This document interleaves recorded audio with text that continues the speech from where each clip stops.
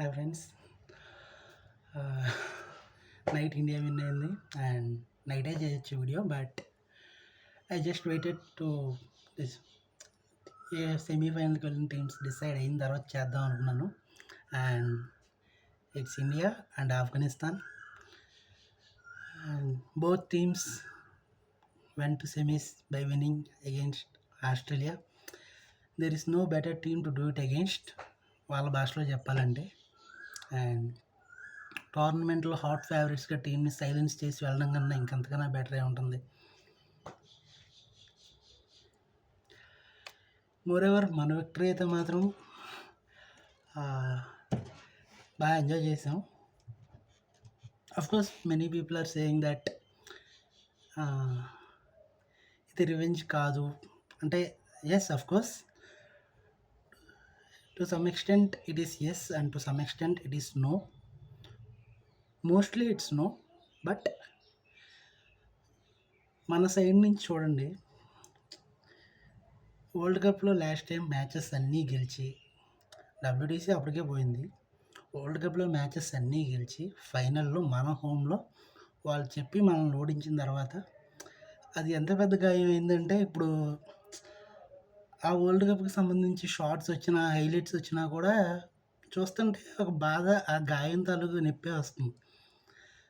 మనకే అంత ఉంటే మరి ప్లేయర్స్కి ఎంత ఉంటుంది? అలాంటిది నిన్న కూడా మార్ష్ వచ్చి there is no better team to do it against అని ఈగో లేదా ఒక అంత తక్కువ ఏమో అనిపించింది మార్ష్కి అలా అంటుంటే, మార్ష్ అలా అన్నప్పుడు. అండ్ మరి మన ప్లేయర్స్కి ఎలా ఉంటుంది? డెఫినెట్లీ అదైతే ఖచ్చితంగా క్లియర్గా కనపడింది. హిట్ మ్యాన్ నుంచి తను ఇంత బాధపడ్డాడో అప్పుడు తెలిసింది.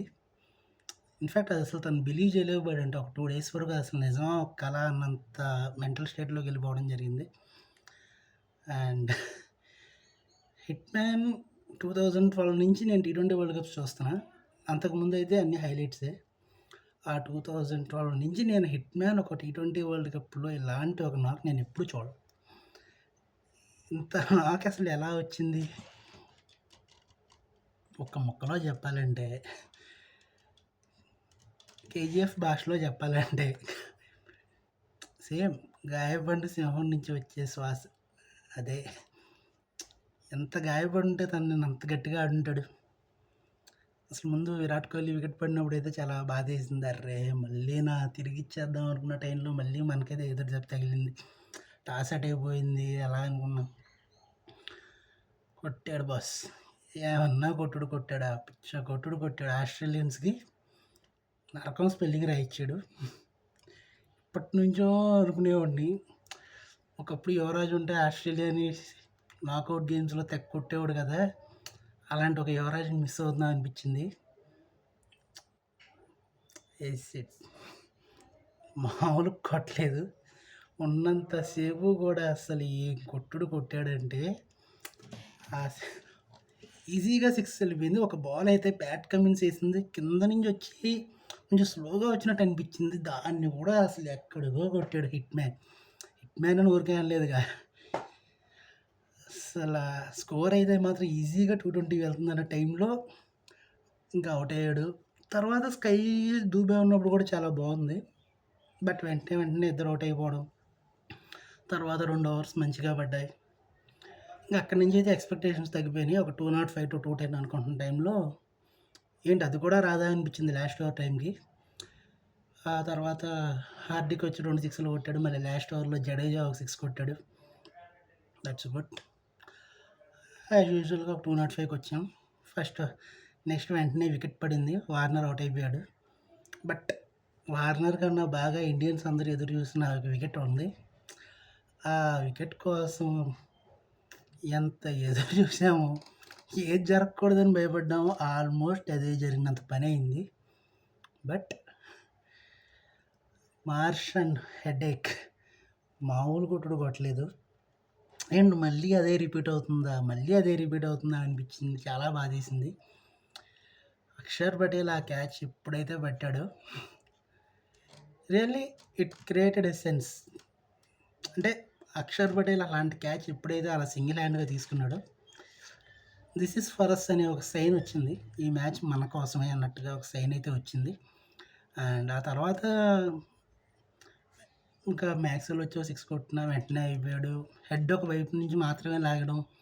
హెడ్ అయిన తర్వాత ఇంక థింగ్స్ అన్నీ వెంటనే హెడ్ వికెట్‌తో అయిపోయింది. ఆ అక్షర్ పటేల్ పట్టిన క్యాచ్ అనేది మాత్రం ఒక మంచి టర్నింగ్ పాయింట్ మ్యాచ్‌కైతే. మధ్యలో క్యాచ్ రిషబ్ పంత్‌కి అందలేదు. అదంతా అలా వదిలేసిన. మోరోవర్ అది కంప్లీట్ రివెంజ్ అయితే కాదు. బట్ జరిగిన గాయానికి ఒక మందు రాసుకున్నాం అది. అండ్ ఆస్ట్రేలియన్ ఈగోని కూడా హర్ట్ చేసి ఇంటికైతే పంపేసాం.